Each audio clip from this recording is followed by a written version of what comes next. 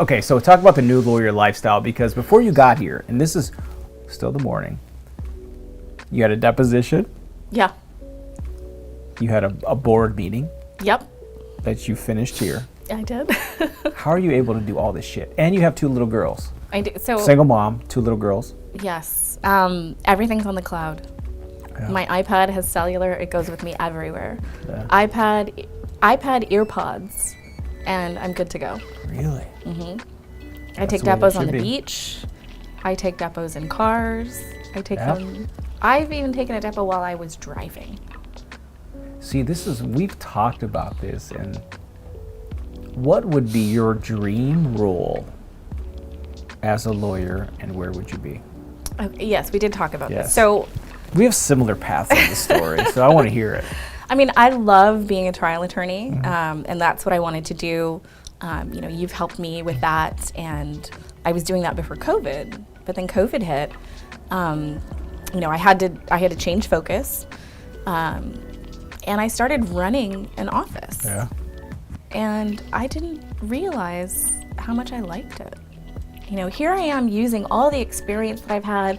Every time, in trial that a bad discovery response has been shoved down my throat. Oh my God. People don't realize the first fucking thing you say is the worst thing in trial, you idiots. Yeah. Using that, my experience with motions, et cetera. So really moving pieces around the chessboard and finding ways to move cases forward. It's been great. So I came into this office, they had a bunch of cases already. They were a little bit stagnant, and I started, just putting together, and honestly, I steal a lot of stuff from you. So templates, templates that I've used, and just to make it automatic. So, the first set of discovery that goes out in an auto case or a sidewalk case, all my paralegals have to do is check the box. And then I use Esquire Tech to respond to the discovery. Changed my life. We have a game at our firm. How quickly can you respond to discovery? Because now it's an algorithm, so these guys, fuck. And it's fun for us, so how quickly can you respond to discovery? We use what used to take a week. You had to get the answer, do X, Y, Z, you have to fucking think about it, create the shells. You could do it. The record now is 8 hours to respond to discovery, because, use the algorithm, do it, have it ready to go, and the defense is like, what the fuck just happened? How did this go down? But that's... So now I think you realize imparting the knowledge by trying a lot of cases early in life, right? Yeah. Even though this was your second career, but you did it early. We're both in our early 40s. Shh.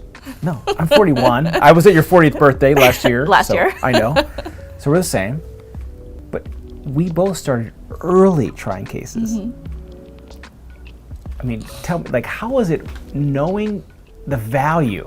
We talk about what's that secret sauce in life. The value of being a lawyer, trial lawyer, is knowing the secret sauce from trial backwards. It's so important. Yes. Especially when you're the evidence that you need to get.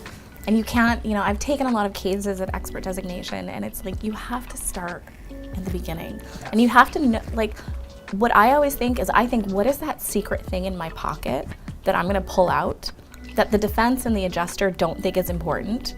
But when I get in front of a jury, they're going to be like, oh shit, she's got us. When you're talking about that secret thing, so we've talked about it on other episodes, and I was with Downtown Eric Brown, huge fan. We talked about the hook. He was a big 90s rap guy, Yo MTV raps, the hook. Finding the thing that makes it important to everybody, that the other side doesn't see coming. Where do you find that hook? Typically for me, the hook is an emotional hook. Yeah. Because, defense attorneys will not ask the right questions.